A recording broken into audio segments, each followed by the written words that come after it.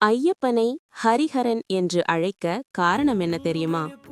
ஹரி என்று அழைக்கப்படும் திருமாலும் ஹரன் என்று போற்றப்படும் சிவபெருமானும் இருவரின் தெய்வீக சக்தி ஒன்றிணைந்த அவதாரம்தான் இந்த ஐயப்ப சுவாமி.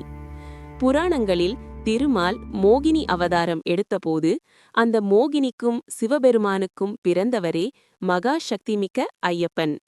அதனால்தான் அவரை ஹரிஹரன், ஹரிஹரசுதன் என்று பக்தர்கள் பக்தியுடன் வணங்குகிறார்கள். ஒரு காலத்தில் மகிஷி என்ற அரக்கி பிரம்மனை நோக்கி கடும் தவம் செய்து ஒரு வரம் பெற்றாள். திருமாலும் சிவனும் இணைந்து பெற்ற பிள்ளையால்தான் எனக்கு மரணம் நிகழ வேண்டும் என்ற வரம். அந்த வரத்தை நிறைவேற்றவே இந்த உலகிற்கு அவதரித்தார் சபரிமலை ஐயப்பன். அதனால்தான் அவர் சாதாரண தெய்வமல்ல. Hari plus Haran equal to Hariharan.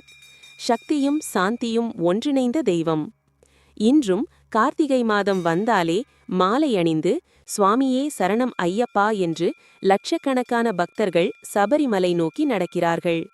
Ayyappan அருள் தரும் தெய்வம், அடக்கம் கற்றுத்தரும் தெய்வம், ஆன்மீக உயர்வு தரும் தெய்வம். சுவாமியே சரணம் ஐயப்பா. ஐயப்பனின் அருள் உங்கள் வாழ்க்கையில் நடந்த அதிசயத்தை ஒரு வரியில் கமெண்டில் பகிருங்கள். அதை அனைவரும் படித்து பக்தி பெறட்டும்.